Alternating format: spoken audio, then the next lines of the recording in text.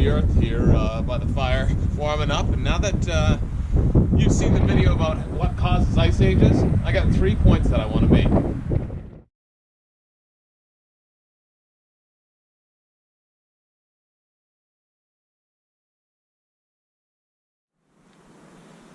So the first point that I want to make is that Earth's climate largely depends on how much sunlight we get. And it's a lot like standing in front of a fire. And on a cold day like this is really nice. You know that when you're standing in front of a fire, okay, if you lean your head in, you're going to feel heat on your forehead. Or if all of a sudden, you get a little bit of a breeze, you can turn backwards and warm yourself up to the fire. When we are traveling around the sun, it's a lot like the Earth is standing in front of a fire, and we are illuminating and heating different parts of the Earth at different times based on our orientation to that fire or the sun.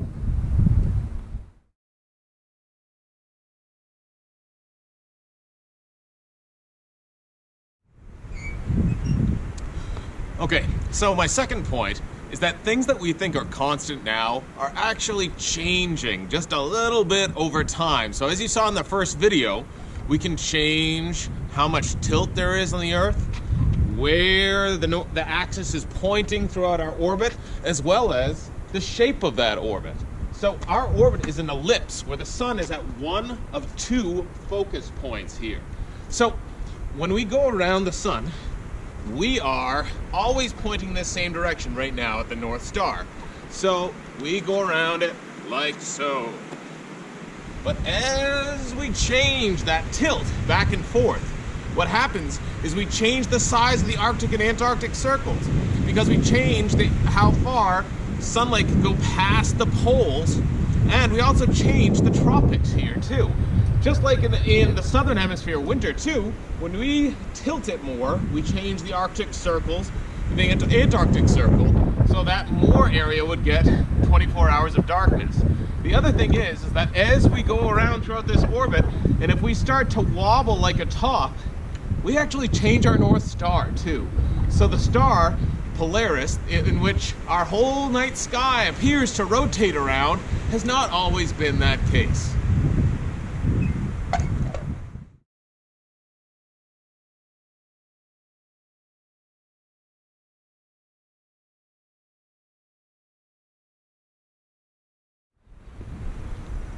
Okay, so point number 3 is that you know that in that video, these cycles of climate change are triggered by these astronomical factors, the 3 things that come together. So when people talk about climate change, they like to say, oh, you know, the climate works in cycles. And this is often a way for people that want to deny climate change to get out of it and say, oh, everything's fine, we're in a climate cycle right now, you don't have to worry about greenhouse gases. Usually when I get that kind of a response, I then ask, okay, well, what are those cycles? And I sometimes will get like a blank stare at that point, or they'll say, hey, how about that local sports team? So these cycles depend on the changing 3 variables that we've talked about as we move throughout the orbit. So what I can actually do is I can tweak each one of those variables to make really intense seasons or really mild ones, etc. So if we look, this is our current configuration. Our winter happens when we're closest to the sun. But how could I make the hottest possible summer? Well, for us, I could change it so that instead of being tilted away from the sun, we are pointed at the sun when we are closest to it. And I can even make it hotter. If I then take and I tilt that axis even more, what I can do is I can increase this. I can increase the seasonality to make it so that we are tilted towards the sun at the closest point with a lot of tilt.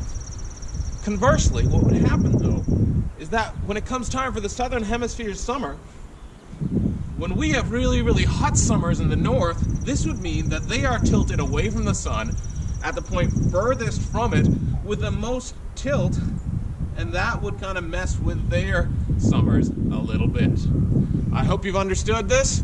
I hope it's been coherent-ish, and I've been in the frame most of the time. Good to see all you guys. Take care.